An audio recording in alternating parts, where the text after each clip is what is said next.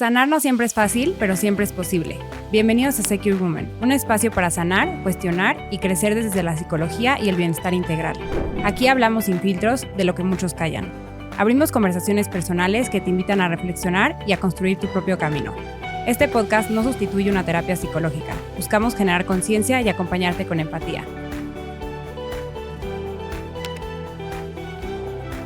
Recuerda, no estás solo ni sola. Comenzamos.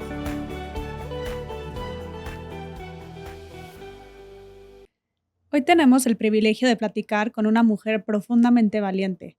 Jimena es esposa, trabajadora y mamá de 2 hijas. Su historia está marcada por el amor, la lucha y una fuerza transformadora que nace del dolor más profundo. Hoy es la fundadora de Fundación Ana, una organización que busca romper el ciclo de la violencia de género, dar voz a quienes han sido silenciadas y acompañar a mujeres que viven bajo el peso del miedo, el control o el abuso. Desde Nana, Jimena ha construido espacios de escucha, contención y prevención. Ha convertido su experiencia en acción y su causa en esperanza. Hoy viene a compartirnos ese camino. Gracias, Jimena, por estar aquí y por todo lo que haces. Ay, gracias a ustedes por la invitación. Muchas gracias, Jimé. Oye, una pregunta. Me gustaría empezar, ¿sabe? ¿Quién es Ana María? Ana María era mi hija, era una niña absolutamente brillante. Y brillante, lo digo no solamente porque era una mujer inteligente, sino porque era de esas niñas que tenía una luz impresionante. Era de las que siempre tenía que tener la última palabra, cínica a morir. Pero justo estaba saliendo de mi casa hoy en la mañana y ella escribió, ella le gustaba mucho la medicina, ella está estudiando medicina. Y resulta que le gustaba irse, estuvo todo el tiempo, durante 2 años en cursos de paramédico y hacían retiros para aprender a cargar camillas y otras cosas que necesitaban hacer en campo. Y entonces en uno de sus retiros ella le recogía piedras en todas partes y recogió una piedra enorme y le dijeron que la pintara, entonces la pintó de rojo y le puso la palabra empatía.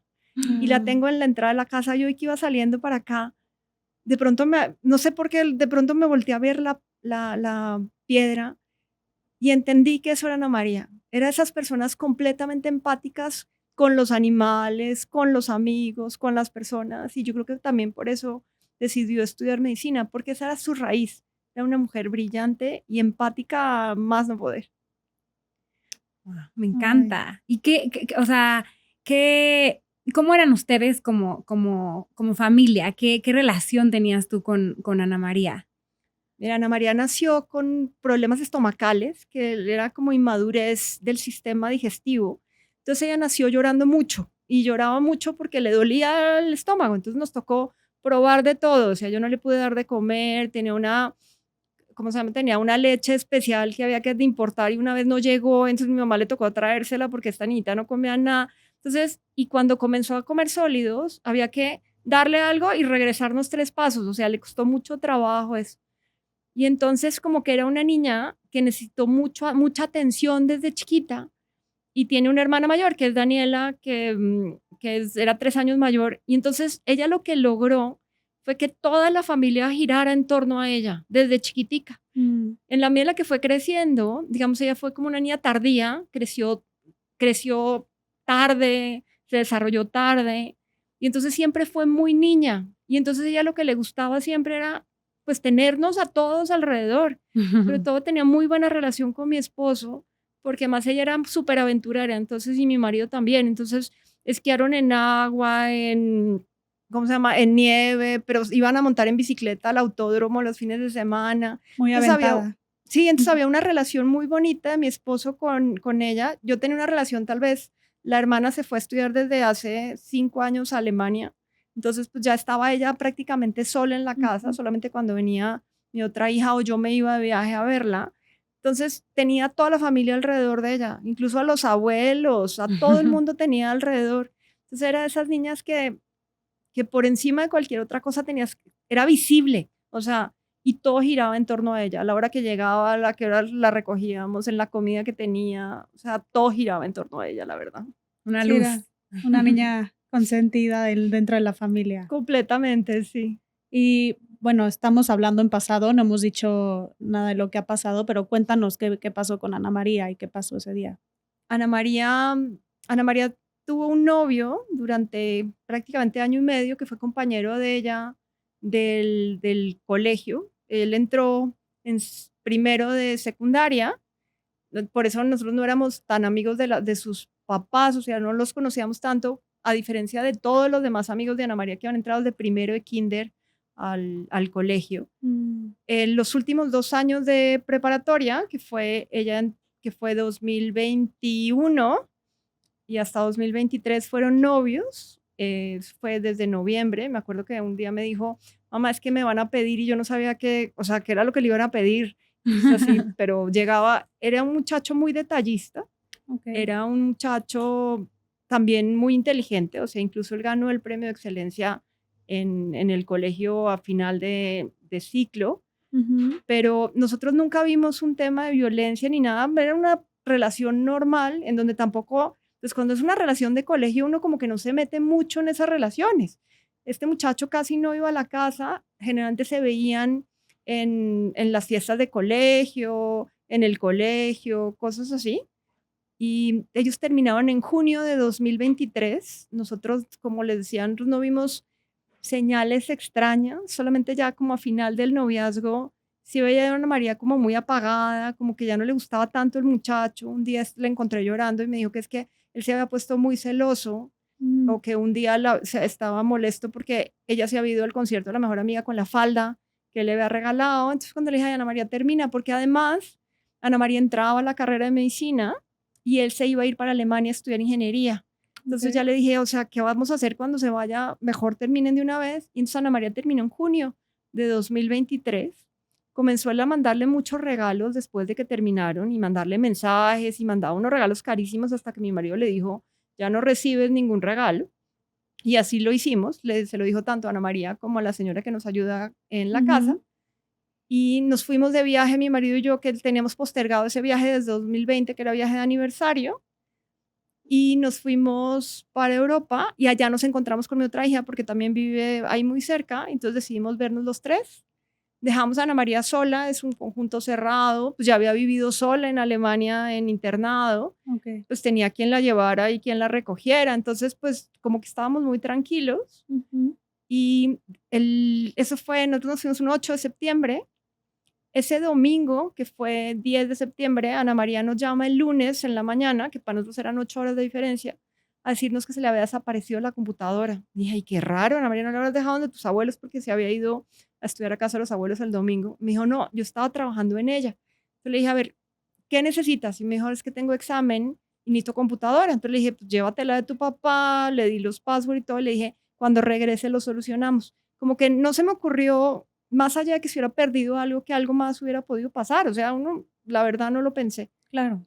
Y desafortunadamente el martes, esto fue el lunes, el martes yo le pido, bueno, ella me dice que necesitaba un lápiz o algunas cosas, y entonces le dije, pues pásalo a comprar, y quedamos de hablar en su noche, que para mí va a ser la mañana, para mí el miércoles y Ana María del martes.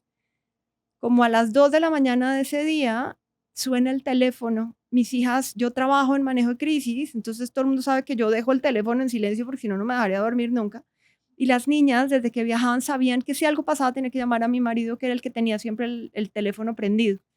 Entonces suena el teléfono y le digo a mi marido, ¿es Ana María? Y me dice, no, es un número desconocido. Él se levanta y se va al baño.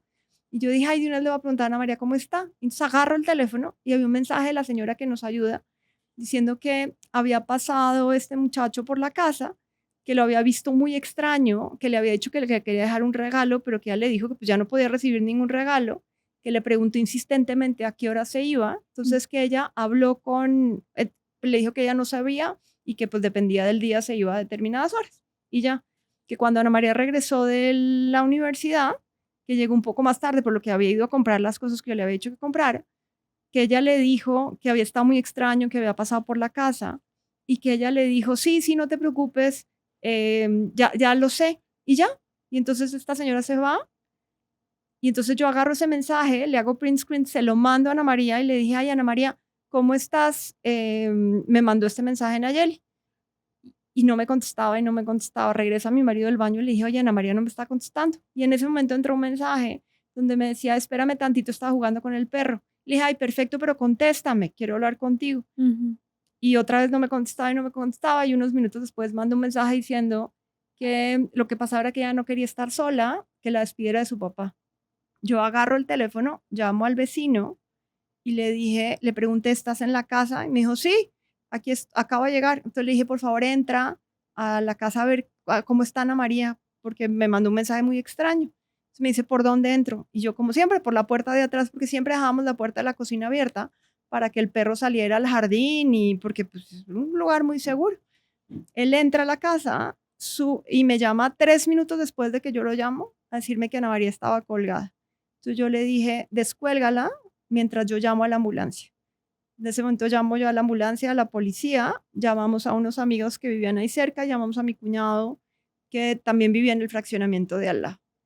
Durante 1 hora no sabemos absolutamente nada porque nadie nos llama, o sea, ni él nos llama, ni la amiga a la que había llamado, ni mi cuñado, nadie. Mientras tanto yo llamo a pedir boletos de regreso y empacar maleta mientras tanto, y 1 hora después nos llama mi cuñado a decirnos que no había nada que hacer, que Ana María estaba muerta. Uf, lo siento muchísimo. ¿Cómo fueron para ti esos momentos de espera? ¿Qué sentiste ahí? Mira, escribí un artículo que publicaron en el Universal que se llamó ¿Cómo manejé mi crisis? Porque después, eso, lo escribí a las 2 semanas después, porque no me preguntes por qué entramos a algo que fue como un modo que yo le llamaría como modo de supervivencia. Entre mi marido y yo logramos hacer las cosas que necesitábamos hacer antes de pensar incluso que Ana María estaba muerta. Lo primero fue, mientras esa hora, yo llamé y pedí los vuelos. Y llamé a una muy buena amiga mía que es agente de viaje y que con ella siempre compramos los vuelos. Entonces la llamé y me dijo, porque ella sabía que estaba de viaje, y entonces le dije, necesito un vuelo de regreso urgente para México. Me dijo, ¿algo pasó? Le dije, algo con Ana María, después te cuento. Y ya no le dije nada más.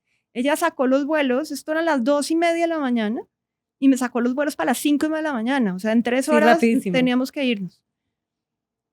Y adicionalmente, cuando me llaman, yo armé maleta, alcancé a bañarme, armé maleta como si fuera en automático, pues lo hicimos. Mi marido en ese momento también llamó a la policía, llamó a todo el mundo, o sea, como que fuimos, incluso le dijo a mi cuñado, por favor, llévate a la policía por si acaso. O sea, son cosas que no sé por qué lo hicimos. Cuando llama a mi cuñado, yo lo primero que hice fue llamar a mi mamá, decirle, mamá, necesito que te vayas ya para México porque mataron a Ana María. Ese fue mi mensaje y le colgué el teléfono. O sea, yo lo hacíamos así, nos fuimos para el aeropuerto y en el aeropuerto llamó mi marido a un amigo de él con el que juega golf, que es abogado penalista. A mí no se me había ocurrido, él sí lo hizo. Entonces el abogado penalista se fue para mi casa y él estuvo en el proceso desde el primer día. Y después en el avión de regreso, que pues fueron las 12 horas más largas de mi existencia, comenzó todo el mundo a mandar mensajes de condolencia. Pero yo no estaba atendiendo los mensajes de condolencia, sino que en ese momento entra el mensaje del mejor amigo de Ana María y me dice, Ana María no se suicidó, la mataron, y me manda los mensajes. Bueno, hay algo que es importante, desde el primer momento en donde llama a mi cuñado a decirle a mi marido, estaba en altavoz y le dice, no hay nada que hacer, Ana María está muerta. Yo en ese momento le dije a mi marido, la mató Alan. Porque era el mensaje que había llegado de la señora. Sí, ahí había algo raro. Y porque Ana María en su vida se hubiera suicidado porque era una niña, como les decía, absolutamente feliz con la vida. Y estaba feliz estudiando medicina. Pero lo que el vecino había dicho cuando él entró fue Ana María se suicidó, o sea, fue lo que parecía. Sí, Ana María estaba colgada. O sea, su mensaje fue, está colgada. Okay. Yo decía, en 3 minutos no te puedes morir. Claro. Y fue lo único que le dije fue descuélgala. Menos mal él no hizo nada de lo anterior porque pues él ya veía pero él nunca me dijo es que Ana María está muerta. Fue simplemente, su mensaje fue está colgada. Okay. Y en mi cabeza era está colgada, descuélgala. O sea, yo no alcancé a pensar nada más que eso. Y por eso llamamos a todo el mundo, pues hasta la ambulancia llegó porque pues pedimos una ambulancia. Y en el avión cuando me manda este mensaje, ella lo que hace es mandarle los mensajes de amenaza que le había mandado Alan, y ella le dice específicamente en el mensaje, si algo me pasa ya sabes quién fue. Okay. De tal manera que eso se lo mandamos al abogado, comienzan a mandarnos otros mensajes que habían recibido, y entonces para nosotros era muy claro que Ana María había sido pues asesinada. Nosotros nunca habíamos sabido hablar de la palabra feminicidio, nunca habíamos sabido hablar de violencia. Yo ni siquiera había ido nunca a un 8 de marzo porque pues eso no me tocaba a mí. Yo siempre había trabajado en el empoderamiento de las mujeres. Yo me creo una mujer empoderada y había creado mujeres empoderadas. Entonces a uno no se le ocurre que eso pueda pasar. Aterrizamos directo, me lo recogió mi marido y mi cuñado y nos llevó a mi marido y a mí a la fiscalía. Mientras tanto, mi otra hija que venía con nosotros la recogió mi papá y le dije, esperas las maletas y te vas con mis papás. Hubo cosas muy simpáticas en el avión. Primero, había que organizar el funeral. Desde el avión organizamos el funeral. Tengo una asistente maravillosa que ella hizo todo, o sea, hasta preguntarme qué color queríamos el féretro. Y del otro lado, el abogado me iba mandando la información. Adicionalmente, este muchacho en principio, porque habíamos sabido que había habido una cena de despedida ese sábado anterior para todos aquellos que se iban para Alemania y agarraban un vuelo el viernes. Entonces, yo hablé con los papás de los amigos que yo sabía que se iban a pedirles que nos avisaran en qué vuelo se iban para avisarle a la fiscalía. O sea, era como si estuviéramos literalmente organizando un caso completo desde el avión, que tuvimos internet todo el tiempo, gracias a Dios. De tal manera que cuando yo llegué a la fiscalía, lo primero es que tuvimos una fiscal maravillosa, que es la fiscal de violencia de género, que se llama Dilcia García. Ella lo primero que hizo fue llegar y me abrazó y me dio el pésame. Me dijo, porque antes de cualquier cosa soy, o sea, aquí hay un duelo. Y de ahí entonces armamos el caso con la fiscalía. O sea, nos explicaron cómo había muerto Ana María, nos explicaron que era un feminicidio. Y lo primero que les dije es, necesito que no lo dejen salir del país. Ese fuera mi primer objetivo en ese momento. Mandaron, o sea, se portaron divinamente, mandaron, digamos, lograron una orden de captura muy rápido y adicionalmente mandaron a todos los aeropuertos y a todas las embajadas, pues esta orden para que no lo dejaran salir del país. Tal manera que al día siguiente mi marido regresó porque nos dijeron, mi marido tuvo que bajar a reconocer el cuerpo. Uno como que siempre espera que se levante, o sea, uno siempre espera, me imagino que así es que me hubieran dicho, fue una falsa alarma, no está muerta, o sea, en el avión yo venía diciendo, no puede ser cierto, no puede ser cierto. Pero la otra cosa que llegué yo a preguntar en la fiscalía, que era mi única angustia, más allá de que Ana María hubiera muerto, era si había sufrido.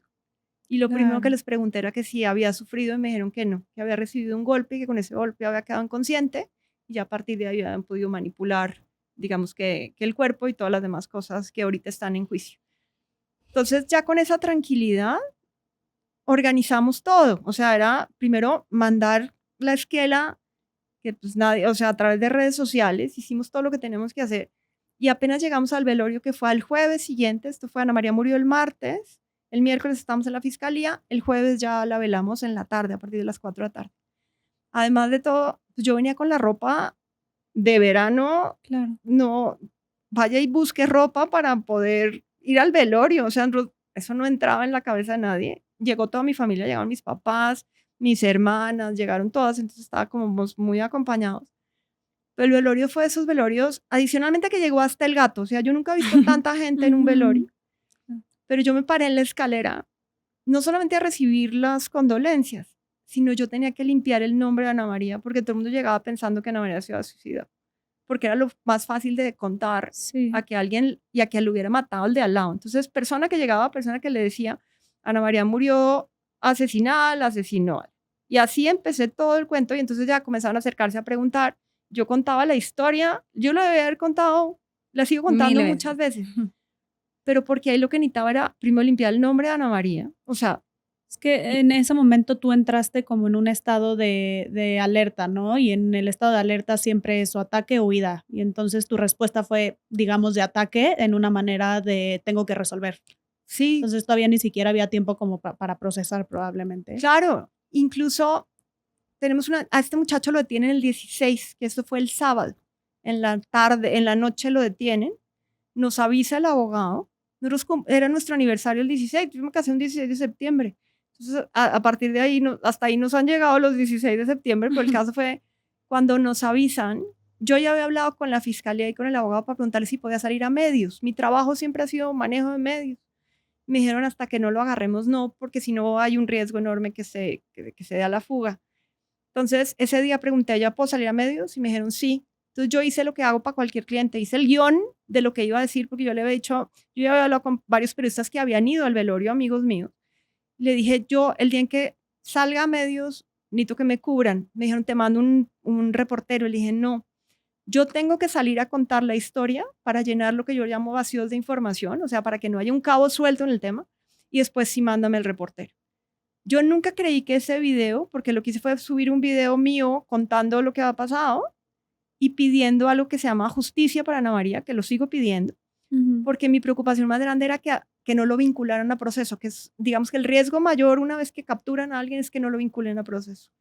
Entonces, por eso salgo en ese video. A mí nunca se me ocurrió que se viralizara como se viralizó. O sea, esto era una salvajada y comenzaron a llamarme todos los medios, hasta en Estados Unidos, de España, de Colombia, de todas partes comenzaron a llamarme. Y entonces durante esa semana hubo un día que tuvimos 25 entrevistas. Mis hermanas hablan igual que yo, entonces ellas cuando se juntaban las entrevistas, mis hermanas tomaban la de radio y la de televisión las tomaba yo porque tenía que salir en la cámara. Pero así era, nos levantamos a las 4 de la mañana ese día, tenía mis dos hermanas, una organizaba, la otra contestaba, una mandaba mensajes, la otra me decía a qué hora tenía que volver a entrar a la siguiente. Y me acuerdo haber visto un mensaje hace poco en donde decían, pues que esta señora ni siquiera llora. Y me quedé pensando y dije, lo que acabas de decir es cierto. Yo sigo siendo la mamá de Ana María hasta el último momento, hasta que este muchacho esté ya enjuiciado o hasta que no haya una sola muerta más, porque sigo siendo la mamá de Ana María por encima de cualquier otra cosa. Entonces, lloro en la ausencia de Ana María horrible, pero cuando tengo que hablar de Ana María, soy la mamá de Ana María y siempre voy a luchar por ser la mamá de Ana María. Claro, de ahí agarras esa fuerza. Yo creo que sí. Ay. Oye, ¿y hay algo que te hubiera gustado decirle a Ana María y que no se lo dijiste? O sea, al final pienso y digo, pues es una niña de 18 años, tengo entendido. 18 tenía. Que tenía toda la vida por delante, que me imagino que, no sé, ahorita también me gustaría que me compartieras qué sueños tenía, ¿no? O sea, si ella se quería casar, si quería tener hijos, y qué quería, aparte de ser doctora, Ana María. Eso sería como mi primera pregunta. Y la segunda, como, ¿hay algo que te hubiera gustado decirle y que no se lo dijiste? Mira, la segunda no. Todos los días le decía que la amaba, todos los días. Incluso ese día, cuando hablamos, al final le dije te amo. O sea, yo me despedí con eso. Y además, cuando le cuentan a uno las historias de la gente que se muere y se despide, fue algo muy, muy simpático. Ana María siempre fue, aunque era muy consentida, también era muy independiente. Y ese viernes se despedía, nosotros a las 6 de la tarde salíamos en el vuelo y ella me escribió en la mañana decirme, tengo espacio a la hora de comida, ¿por qué no comemos juntos? A mí la vida se me había ocurrido porque más nos íbamos a ver una semana después. Y entonces mi marido trabajaba muy cerca de la universidad y entonces yo antes de irme para el aeropuerto nos encontramos y nos comimos ahí unas tortas juntos. Y todavía me peleó ese día porque quería ir a una fiesta que le dije, no está programada, mejor nos organizamos después. Pero hasta eso en ese momento, entonces ella se despidió ese día de nosotros y con la última persona que habló fue con su hermana, porque me llamó a mí, yo estaba ya dormida, pues con el jet lag y demás, entonces logró hablar con Daniela. Yo creo que Ana María lo que estaba haciendo era despidiéndose. Entonces, creo que nunca dejamos de decirle nada, porque incluso lo pudimos hacer. Y sobre los sueños de Ana María quería ser princesa desde chiquita. O sea, ella de verdad un día me dijo que ella quería casarse con un príncipe francés y vivir en Mónaco. O sea, eso era parte de sus temas. Amaba a Leclerc, entonces le dije, bueno, de pronto te funciona mejor que te cases con Leclerc y vivas en Mónaco. O sea, cosas así. Ella era así, todavía ya tenía 18 años, le encantaba hacer galletas y hacer repostería. Entonces ella, para desestresarse, hacía eso. Me imagino que el estrés era mucho más grande, no tanto por la carrera, sino por la violencia que vivió con este muchacho. Pero a uno nunca se le ocurre. Entonces ella hacía galletas, hacía ponqués, hacía focaccia, hacía lo que se te ocurriera. Y mientras las hacía, o estaba hablando conmigo, que yo trabajaba muchas veces en la cocina, porque además olía delicioso la cocina cuando cocinaba, pero si no estaba viendo, todavía veía Soy Luna, y yo decía, Ana María, tienes 18 años. O entonces veía películas de princesas o películas de Disney. La operaron de la nariz para quitarle la joroba que tenía, y durante la convalecencia, que fueron 15 días, durante esos 15 días me puso a ver todas las películas de Disney que había, entonces me vi Toy Story otra vez 10 veces y esa era Ana María. Entonces era una niña como metida en un cuerpo grande porque medía 1,70, era una mujer alta, con una cantidad de responsabilidades desde ser paramédico y y le va divinamente en la universidad, pero seguía siendo una niña interna. Tenía Ella mucha murió inocencia. siendo niña. Ella alguna vez me dijo, es que yo no quiero crecer. Y efectivamente no creció. Y en la mente de todos se quedó siendo niña. Sí, tenía mucha inocencia. Y dime una cosa, ¿cómo ya pudieron confirmar que había sido él el que Están la todas las asesinó? pruebas, están las cámaras entrando, él entra a la casa durante esos 3 días, primero entró ese día en la madrugada, entonces ya sabemos que quien se llevó la computadora fue él. Okay. Al día siguiente vuelve a entrar, que ahí ya hay un mensaje en donde después lo vimos que él intentó entrar a la casa y Ana María no lo dejó. Y el miércoles, perdón, eso fue el lunes, y el martes, él va en la tarde cuando la ve la muchacha y regresa un momento después, y ahí es donde sabemos que eso fue. Y adicionalmente están las pruebas en la casa. Lo que creemos nosotros es que él sabía que nosotros estábamos en Europa. Entonces él sabía que tenía 8 horas de diferencia. Entonces yo creo que él entró ya con la decisión y él tenía mucho tiempo para organizar la escena del crimen. Pero como Ana María, yo digo que Ana María nos llamó porque el número del que salió ese mensaje, bueno, esa llamada, no existía. Nadie lo encontró, no pertenecía a nadie. Entonces, yo siempre he dicho, Ana María nos marcó porque necesitábamos encontrar nosotros su cuerpo y no que lo hubiera encontrado de pronto la señora de la limpieza al día siguiente o que me hubiera llamado el conductor a decirme que no salía la niña de la casa. Y entonces lo que pasó fue que él no pudo modificar el lugar y dejó varias cosas como la gorra en mi casa. Entonces, esas cosas nos indican perfectamente que pues ahí estaba y era él. No había otra opción. Okay. Oye, ¿y tú has tenido oportunidad de hablar con él? No. Nada, ni Nada. quisieras. Sí, y cada vez soy más consciente de ese tema. Y es que a mí me encantaría que él se volviera responsable del acto. Ya no importa lo que pasó. O sea, la razón por la cual la mató, pues dicen que los violentadores simplemente es, si no eres para mí, no es para nadie. O sea, y entiendo que eso es parte de lo que pasa generalmente. Pero ahorita ya no importa tanto el hecho como la responsabilidad, porque él se hace responsable de esto, primero le bajan la pena y la otra es, le ayuda a la sociedad. Le ayuda a la sociedad a demostrarle que primero hay una consecuencia de cualquier acto. Hay peores actos como estos, o sea, que si hubiera sido, no sé, o que lo hubiera golpeado, por ejemplo. Esto es lo peor que le puede pasar a alguien.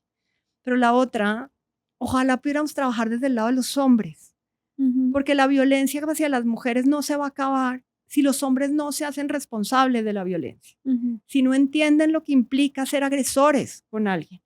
Entonces a mí me encantaría poder armar una campaña hacia los hombres desde la primera persona que cometió el acto contra mi hija. Eso me encantaría. No sé si se pueda, no sé si él esté dispuesto, incluso, o sea, no sé ni siquiera cómo acercarme, o sea, y te lo digo sinceramente, pero si pudiera hablar con él, eso sería lo primero que le diría. Como la oportunidad de responsabilizarse y De hacerlo. responsabilizarse de hacer una mejor vida para él. Imagínate uno a los 21 años encerrado en la cárcel durante 70 años. O sea, eso ya no es vida para él ni para nadie.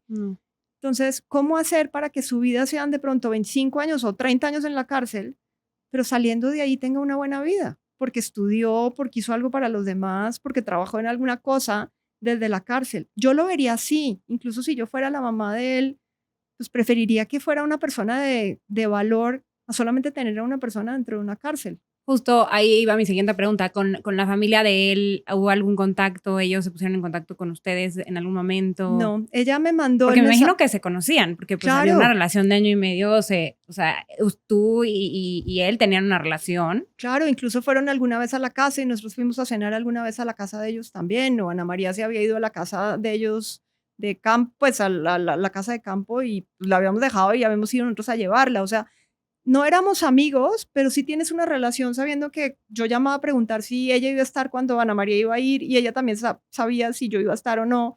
O sea, porque pues al final uno lo que le preocupa es un embarazo. O sea, no se le ocurre que la vida iba a ser algo más. Entonces, ella me manda un mensaje yo estaba en el avión cuando me manda el mensaje de condolencia, ese no se lo pude contestar. Contesté todos menos ese, no supe qué hacer, hice print screen, se lo mandé al abogado. Y ya después, cuando fue la primera audiencia de la etapa intermedia, el papá fue a darme el pésame. Y yo le dije que por favor me ayudara, que él se hiciera responsable. Me dijo, y entonces le dije, Ana María me dijo que la habían matado y además están todas las pruebas que tú sabes. Entonces me dijo, déjame pensar. Y a los 8 días que volvimos a tener otra audiencia porque no se pudo llevar a cabo, la otra tampoco se pudo llevar a cabo, pero ella no fue él, fueron los abogados y el abogado le dijo a mi abogado que a punta de amparos lo iban a sacar.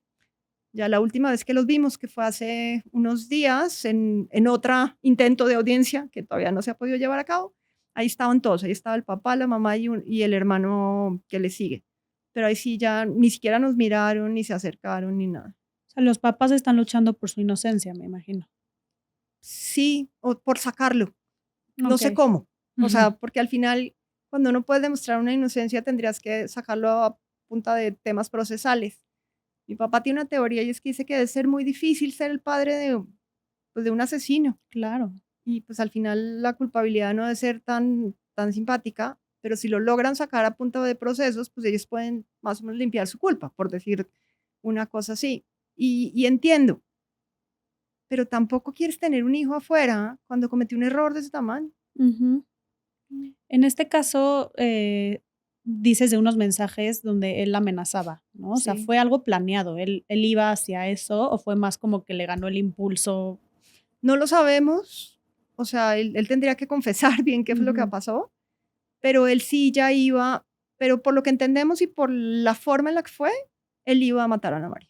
O sea, él ya había decidido, porque él le dice en un mensaje, él va y le dice, voy a tener que tomar cartas en el asunto, alguna cosa así. Entonces, yo creo que él ya iba dispuesto a eso. Ok. Oye, y una pregunta, antes de entrar aquí que estábamos platicando, nos mencionaste sobre una carta que dejó, que encontraste. ¿Qué viste en esa carta? Hay ciertas cosas, alertas que se pudieron ver ahí.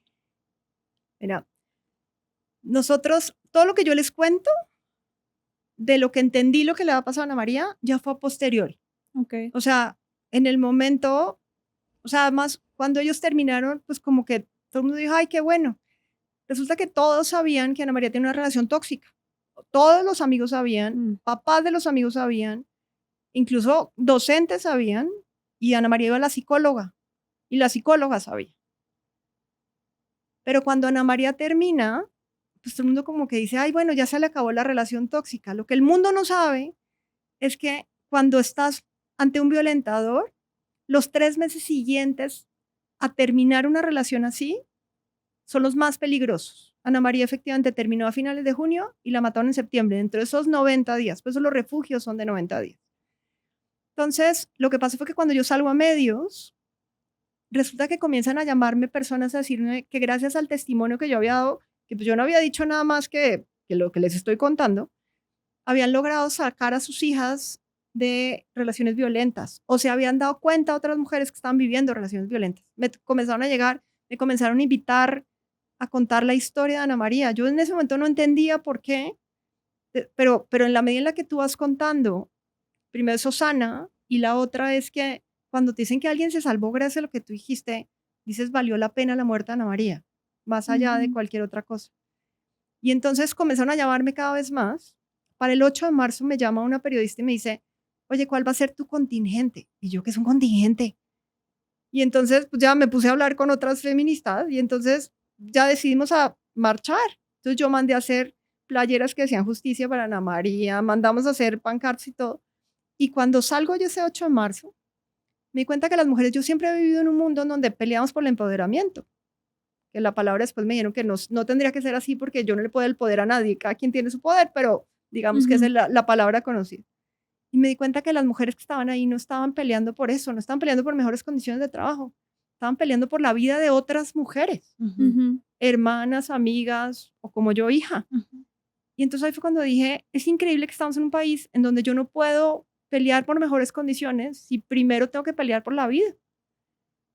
Y ahí decidí que la historia de Ana María tenía que convertirse en una causa. Yo trabajo mucho en causas, entonces decidí que tenía que ser una causa. Pero no sabía cuál era, no sabía ni cómo, por dónde empezar, más allá de contar la historia de Ana María. Y tengo una muy buena amiga que trabaja en Mexicanos Primero que me dijo, el día en que quieras hacer algo me llamas. Esto fue mayo de 2024. Entonces le digo yo a Ana María, porque yo hablo con ella, y le digo yo a Ana María, necesito que me ayudes porque no sé qué hacer. Yo ya había regalado todas las cosas de Ana María, excepto, digamos que unas cosas que eran como cajas que ella tenía con escritos. No me pregunten por qué me fui para la caja. Abro la caja y eran cartas con Alan. Y encontré una carta enrollada que la abro. Y si me hubieran preguntado en ese momento, hubiera dicho, este pobre niño está muy triste, porque lo que decía era, siento mucho, yo quisiera ser el padre de tus hijos, pero sé que quería controlarlo todo, los celos no me ayudan y me la pasé terminándote una y otra vez y descansada.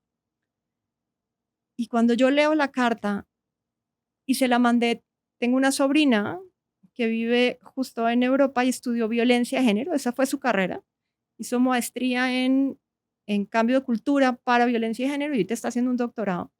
Ella me había dicho unos días antes que si yo hacía una fundación ella quería trabajar conmigo.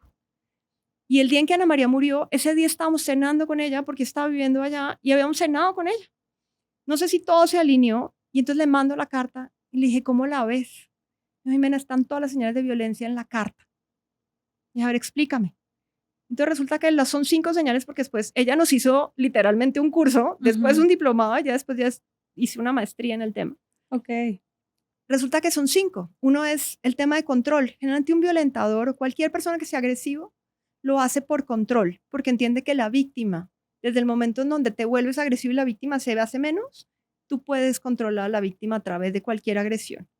La otra son los celos desproporcionados, que él lo dice, fui muy celoso. Y por ejemplo, el tema de la falda que les conté, después ya en los chats que vimos, descubrimos que lo que pasó fue que había ido otro amigo de ellas y ella no le había dicho a Alan que había ido otro amigo y entonces parece que eso fue unos celos espantosos de cómo, más allá de la falda.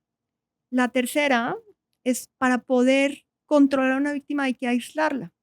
Ana María dejó ir a fiestas en las que él no estuviera. Ahorita uno lo piensa y yo decía, pues me imagino que lo hacía porque quería estudiar, ¿no? Era porque, pues porque Él él no la estaba quería. aislando a las amigas, porque la primera vez le cuentas a las amigas, la segunda le dicen, oye, salte de ahí, y la tercera ya ni siquiera les cuentas porque me van a seguir diciendo que me tengo que salir de la relación.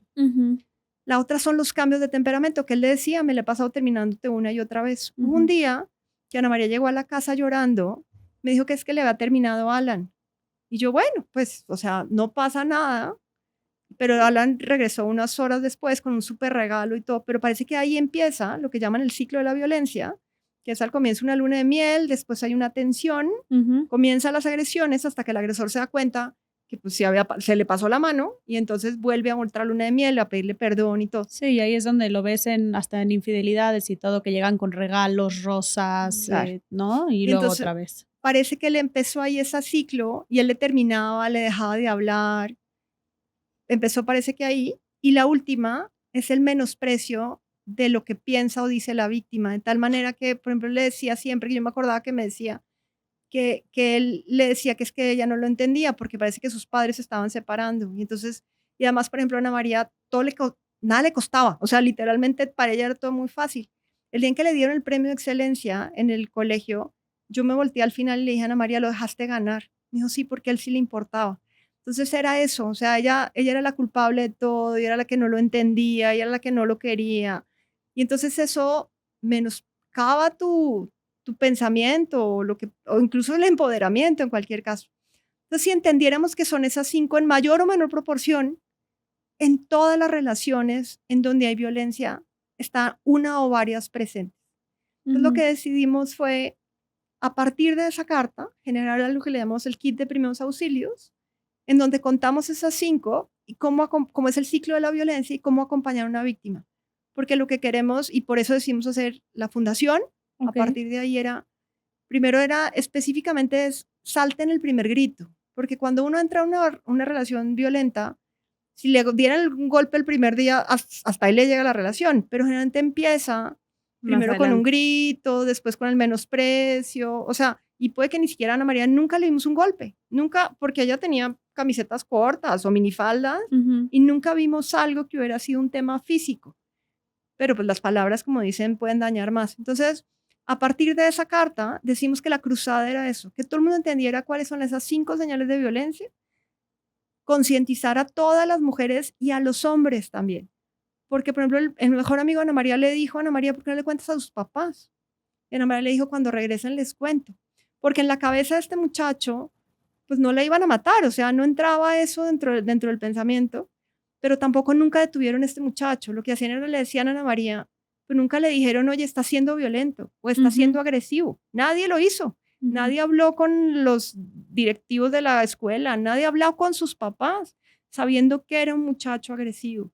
Entonces, si logramos que esta conciencia saque a muchas mujeres de una relación así, o que incluso los hombres o los amigos se den cuenta de eso, o que haya papás que se atrevan que a mí nadie me dijo, ojalá hubiera habido un papá que se hubiera atrevido a decirme, oye, es que la relación de tu hija es tóxica, hubiéramos podido hacer algo mucho ¿Qué antes. sentiste ahí? Porque al final del día, el que nos cuentes que hasta la psicóloga del colegio sabía, los docentes sabían, me imagino que tú, al ser su mamá, ¿qué puedes sentir al que tú no sabías, ¿no? O no lo tenías tan claro como lo tenían otras personas. Me di cuenta de algo porque lo primero, la primera reacción de siempre es, ¿por qué no me dijeron? O sea, Claro. pero también entiendes, le escribí una carta a los amigos que la publiqué en redes sociales también como a la semana, porque entendí 2 cosas. La primera es que los amigos habían perdido a 2, porque perdieron a la amiga muerta, pero habían perdido al compañero, que para alguno de ellos seguía siendo buen amigo, en la cárcel. Y habían perdido la seguridad, porque imagínate, ellos fueron los primeros que perdieron la seguridad en sí mismos, porque dijeron, ¿cómo no hice nada? Claro, hasta cierta culpa pudieron haber llegado Claro, a sentir. exactamente. Los papás y todo lo demás. Pero también me di cuenta que no les podía echar la culpa de algo que ellos tampoco sabían. Todos hemos normalizado la violencia y creemos que es normal hasta cierto punto. Y tampoco sabemos que la violencia, si continúa, pues termina en la muerte de una mujer. Entonces ahí entendí que yo, más allá de entenderlos en cierta manera, lo que tenía que hacer era hacerlos conscientes, para que la próxima vez que vieran algo así ya tomaran cartas en el asunto. Porque no las tomaron porque no sabían realmente de los riesgos y porque tampoco eran conscientes como yo ahorita del tema de la violencia. Entonces no hay manera de decirles, ni siquiera echarles la culpa o de responsabilizarlos de algo que ellos tampoco lo eran. Yo no era consciente, ellos tampoco. Entonces, a partir de ahí, creo que esa es la cruzada que tenemos más relevante, es hacer consciente a la gente que la violencia no es normal y que desafortunadamente la violencia termina en la muerte de muchas mujeres. Dicen en México entre 11 y 12 al día, eso es una cantidad exorbitante. Muchísimo. Entonces, si logramos que la historia de Ana María salve vidas, gracias a que la gente entiende lo que implica la violencia y los riesgos de esta violencia, ya con eso todo lo que pasó antes pues, nos enseña a todos, como sociedad Claro. incluso. ¿En algún momento tú llegaste a sentir culpa, al igual que los amigos de Tú Ana siempre María? sientes culpa. Eso, o sea, no hay manera que no, y además la primera era porque no estaba, porque no me di cuenta. Pero Okay. mi marido un día, estaba yo llorando hacia mares, porque la ventaja es que al ser 2, la vida es mucho más sencilla, porque es el único dolor que es igual, el de mi marido y el mío. Claro. El dolor de los demás no es el mismo. Y yo estaba así, yo le decía, ¿pero por qué? Y se volteó y me dijo, no, Jimena, nosotros no fuimos culpables de nada. El culpable fue el que mató a Ana María. Y ese día como que fue una liberación y entendimos él y yo que nuestro trabajo principal tenía que ser buscar paz. Porque no puedes ser muy feliz cuando te matan a un hijo, pero sí puedes encontrar una paz que no teníamos incluso desde antes de que murieran a María.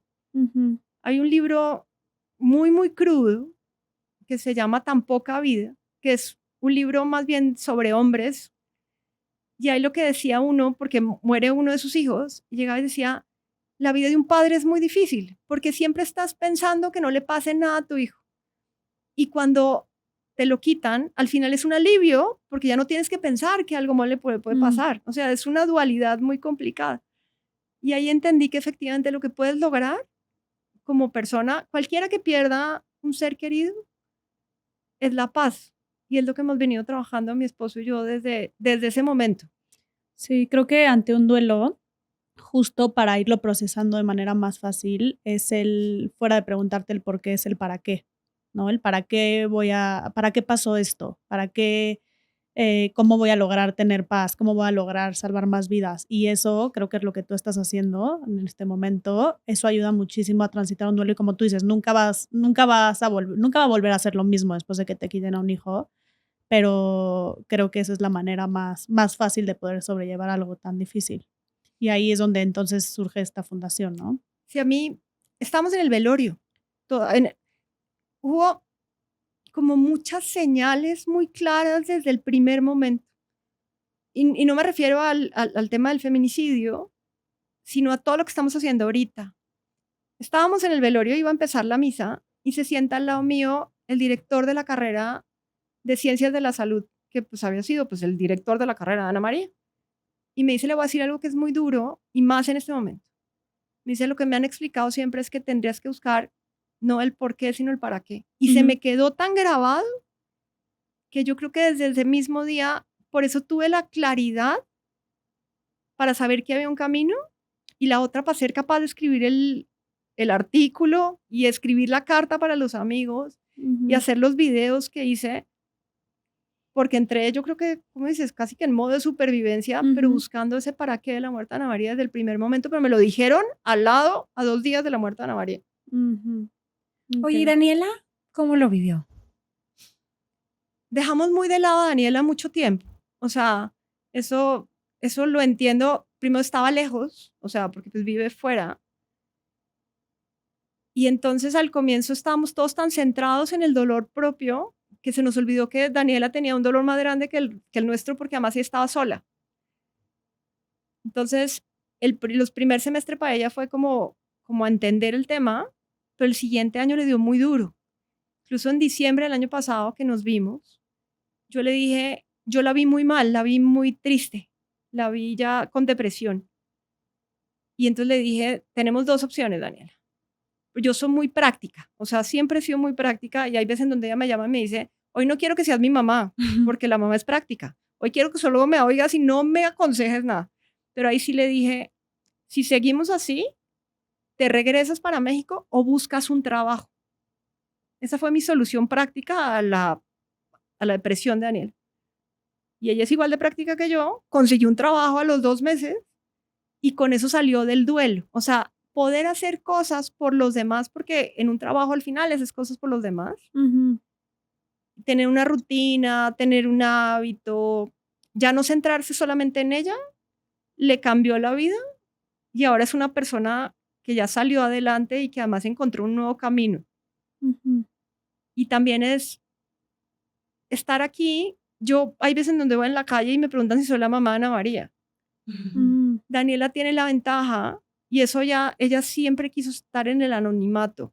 O sea, aunque a pocas personas le ha contado la historia de Ana María, ella no vive por Ana María como nosotros sí vivimos por Ana María. Entonces le tocó encontrar como su camino en el mundo siendo Daniela y no siendo la hermana de Ana María. Eso fue parte de, le costó trabajo, o sea, le costó un año y medio, pero ya la veo fuera de eso y ya otra vez siendo una mujer brillante, porque ella también es súper inteligente, tiene una inteligencia muy diferente de la de mucha gente, pero ya se encontró su camino.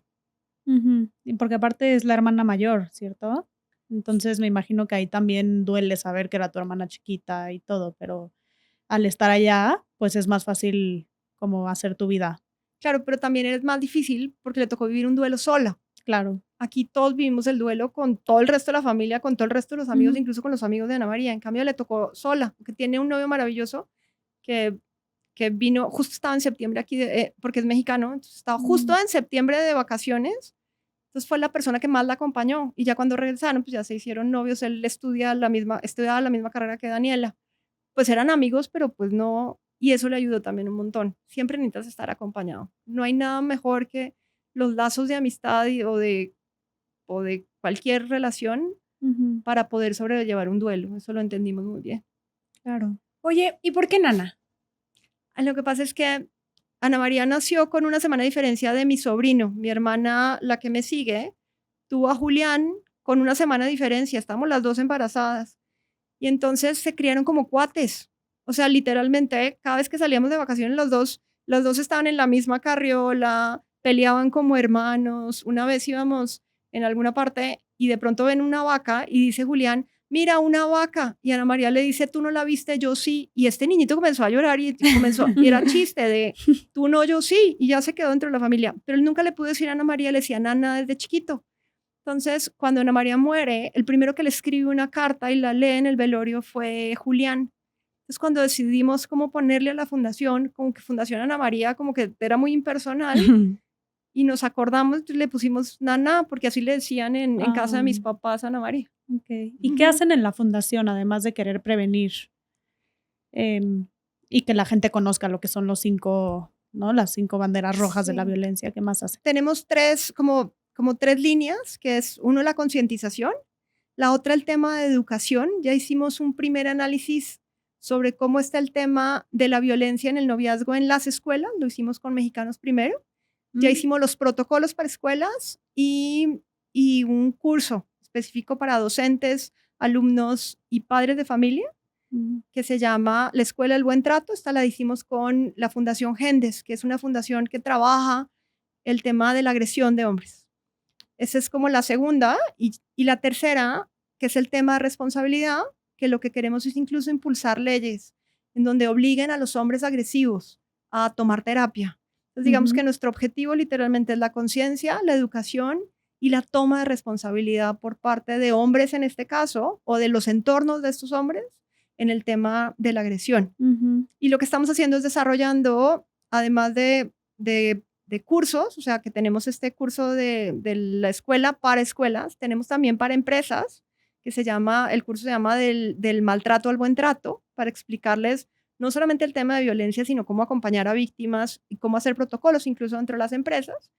Y estamos sacando varias herramientas. La primera, tenemos una herramienta que desarrollamos con Microsoft que se llama Juna, que es para que las mujeres puedan, porque generalmente hay un sesgo en información, porque si uno le pregunta a la amiga si está viviendo violencia y la amiga también está viviendo violencia, pues de pronto le va a decir, somos unas exageradas. Entonces, de aquí, casi toda la violencia actualmente, adicionalmente a que es violencia física o económica o psicológica, se desarrolla o se ve a través de los chats, porque al final ejerce sobre esos o de las redes sociales. Entonces, lo que queremos es que las mujeres puedan subir las conversaciones que tienen con sus parejas y la inteligencia artificial te dice si hay violencia o no. Wow. Y de ahí ya mandarte a los recursos, o sea, enviarle, no sé, poderles enviar a alguien a ustedes, por ejemplo, o mandarlo a la Fundación Origen, o mandarlo a las fundaciones que atienden, porque no hacemos incidencia, o sea, nosotros no trabajamos con las víctimas. Pero entonces a través de esa herramienta también tenemos otra que se llama las banderas rojas en tu relación, que es un cuestionario en donde las mujeres pueden llenar y saber si hay o no alertas y también mandar los recursos. Hicimos algo que se llama la caja púrpura, que la caja púrpura es el viaje a Ana María, pero con herramientas jurídicas que te permitan saber cómo haces una orden de alejamiento o cómo vas al juzgado de familia. O sea, entonces lo que queremos es llenar de herramientas, o sea, concientizarlo, pero que todas las mujeres tengan las herramientas para poder o acompañar a otra víctima, hombres y mujeres, o bien salir de una relación a través de los recursos que les damos dentro de la fundación. Wow, qué increíble, porque creo que todo lo que estás diciendo es muy cierto en cuanto a que las personas, hombres y mujeres, pueden estar en una relación como decía, no tóxica o agresiva y no te das cuenta de ningún lado. O sea, como mujer, tal vez, o como hombre siendo violentado, tal vez no te das cuenta que estás siendo violentado porque lo minimizamos mucho y lo normalizamos, pero también desde el agresor muchas veces no se da cuenta que está siendo violento. O sea, sí, soy celoso, pero claro, porque ella me incitó, ¿no? O sea, pero no, entonces creo que también viene desde la educación. Obviamente en las escuelas es muy importante, pero desde la educación en casa, si tienes un hijo, o sea hombre o mujer, no importa el género, pero decir, a ver, esto es violencia, ¿no? El querer controlar es violencia, el celar tanto es violencia. No te gusta, salte de la relación, pero no tienes que controlar. Y creo que todo eso, el poder dar esa educación desde que son niños, es fundamental para prevenir. Entonces, sí, lo que queremos es que nadie tenga la ignorancia que teníamos nosotros en el tema de la violencia. O sea, y ya a partir de ahí puedan asumir las responsabilidades y tomen las decisiones. Entonces, el trabajo todos los días, yo me levanto todos los días con eso en la mente. Si puedo hacer un podcast como ahorita, o si puedo mandar un mensaje, o si alguien me puede llamar y yo le escribo y le explico esto, o entrego el folleto del kit de primeros auxilios, con eso habré cumplido mi misión diaria. Que la misión no es mía, me la mandó Ana María, o sea, ella me entregó así, me dijo, a partir de ahorita te toca hacer eso, entonces lo hago con gusto todos los días, acordándome de ella. Bueno, pues muchas gracias, ya estamos por terminar. No sé si quieras compartirnos algún mensaje, ¿qué le dirías a otras mamás que están viendo a sus hijas crecer, que tienen relaciones y que van con un novio, otro? ¿Qué mensaje, con qué mensaje te gustaría terminar este podcast y cómo podemos, qué tendríamos que hacer para que esta historia no se repita? Mira, la primera, y que yo creo que esa es la más difícil de todas crecemos con una culpa que nos achacaron. O sea, nacimos con culpas. O sea, culpa porque no cuidaste a tu hermanito, o culpa porque no llegaste a tiempo, o culpa porque no eres más delgada. O sea, escoge la culpa que quieras. Y se las achacamos a nuestras hijas. Ojalá le pudiéramos decir a todas las hijas y las mamás también, o sea, ojalá todas las mujeres supiéramos que somos responsables de lo que hacemos y de lo que decimos, pero no tenemos culpa. Ojalá lo tuviéramos así tatuado en el espejo que nos vemos todas las mañanas, no es tu culpa, porque eso es parte del problema de la violencia. Nosotros creemos que el de enfrente es violento por culpa nuestra, o nos aguantamos muchas veces este amor romántico que dicen, pues porque crees que la culpa es tuya, porque así nos lo dijeron. Entonces, si yo pudiera decirle algo a todos es, la primera, nunca juzgues a una mujer que está siendo violentada porque no sabes por qué lo hace o qué está viviendo. Pero sobre todo, siempre, siempre díganle a todas las mujeres que no es culpa de ellas. Y ojalá lo tuviéramos todo tatuado en todas partes. Una última pregunta. Si tuvieras a Ana María frente a ti hoy en día, ¿qué le dirías? Que fue muy valiente. Qué bonito. Muchísimas gracias por estar aquí con nosotros. Eres un ejemplo de lucha, eres un ejemplo de valentía. Ojalá existieran más Jimenas en el mundo para que esta historia no se repita y podamos hacer ese cambio que realmente buscamos entre todos desde diferentes trincheras. Queremos prevenir, queremos que esto deje de pasar en este país y en todos. Pero muchas gracias, de verdad te lo decimos desde el equipo de Secure Woman. Nos encantaría que existieran muchas Jimenas más aquí sentadas. Muchas gracias. Definitivamente la muerte de Ana María tenga un sentido y nosotros la vamos a tener muy presente. Y justamente por mujeres como ella es que queremos poner nuestro granito de arena, pero la vamos a tener también muy presente nosotros. Entonces, gracias por compartir en este espacio y espero que este mensaje pueda llegar a muchas otras mujeres. Gracias a ustedes, porque ese es el camino, es el correcto. Gracias. Listo.